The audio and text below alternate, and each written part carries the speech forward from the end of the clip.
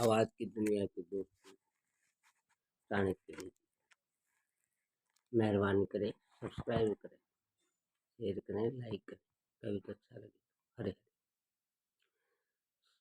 सह कुजलपंथी राजन, सह कुजलपंथी पंडिता, सकृत कन्या प्रदीयन्ते त्रिणेतानि सकृत सकृत। राजा लोग एक ही बार आज्ञा देते हैं, पंडित लोग भी एक ही बार बोलते हैं, कन्या भी एक ही बार विवाह दान में दी जाती है। सरकार एक ही बार आज्ञा देती है, उसका आदेश कानून का स्वरूप ले लेता है, प्रजा को उस पर चलना ही होता है। इसी प्रकार पंडित लोग भी किसी आयोजन में श्लोक आदि एक ही बार बोलते हैं। ठीक इसी प्रकार कन्या का विवाह भी एक ही बार होता है।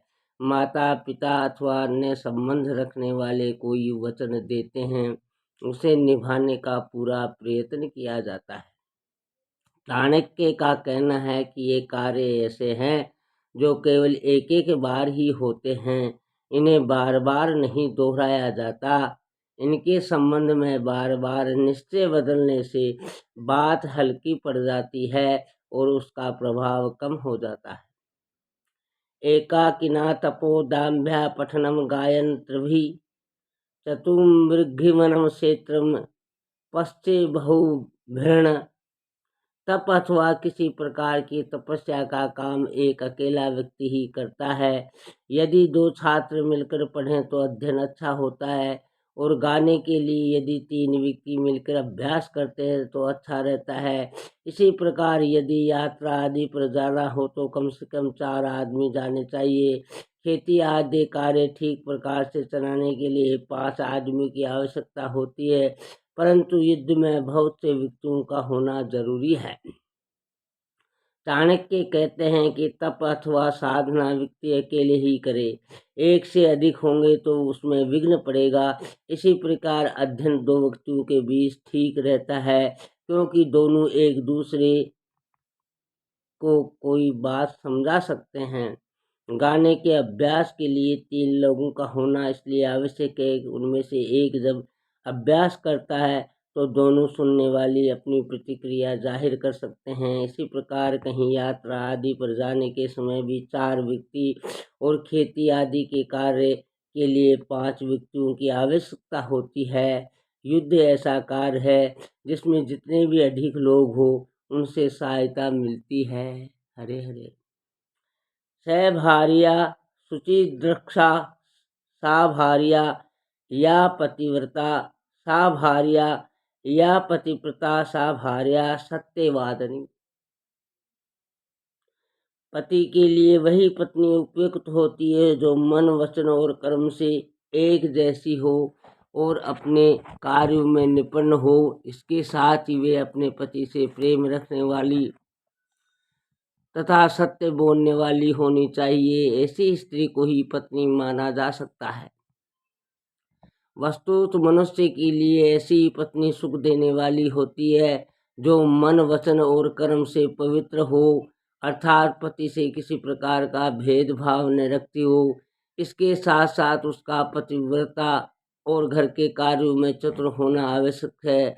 यदि स्त्री अपने पति से प्रेम करती है तो कोई बात छिपाई नहीं, सर्वदा सच बोलती है और सच का आचरण करती है, वही उपयुक्त पत्नी मानी गई है। मित्रों, ऐसी स्त्री का ही मान सम्मान और पालन पोषण करना चाहिए। पुत्र से गृह शून्य जिस शून्यत बांधवा, मूर्ख से हृदय शून्य सर्व शून्य दरिद्रता।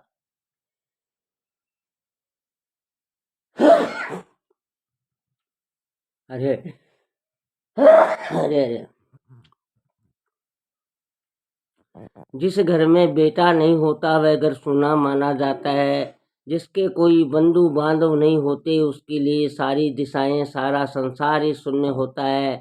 मूर्ख व्यक्ति का हृदय शून्य होता है और दरिद्र व्यक्ति के लिए तो सभी कुछ सूना है। प्रत्येक माता पिता ये चाहते हैं कि उनकी एक संतान बेटा हो, परंतु जिस घर में बेटे का अभाव होता है माता पिता को वह घर सूना मालूम होता है।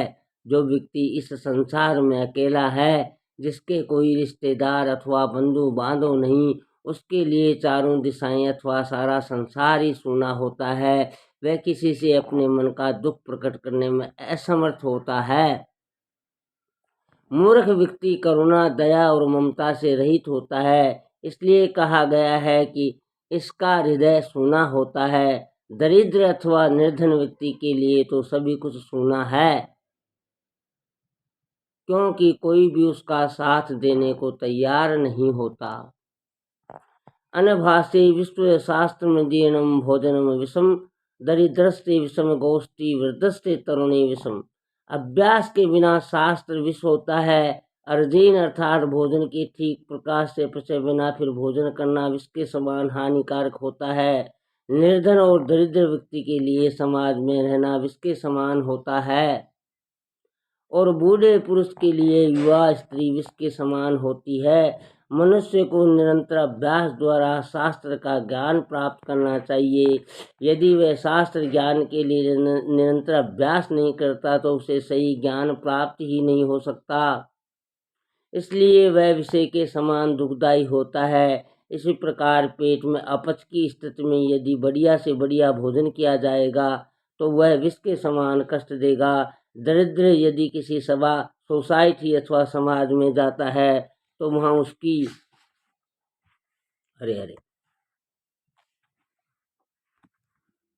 पूछ न होने के कारण उसे विष का घूंट पीना पड़ता है। बूढ़ा आदमी यदि जवान औरत के साथ विवाह रचाता है तो उसका जीवन अत्यंत कष्टमय हो जाता है, क्योंकि विचार में आयुगत असमानता सदैव क्लेश का कारण बनती है। इसी प्रकार एक बूढ़ा व्यक्ति शारीरिक रूप से निर्भर होने के कारण किसी नवयौवना को यौन संतुष्टि प्रदान नहीं कर सकता।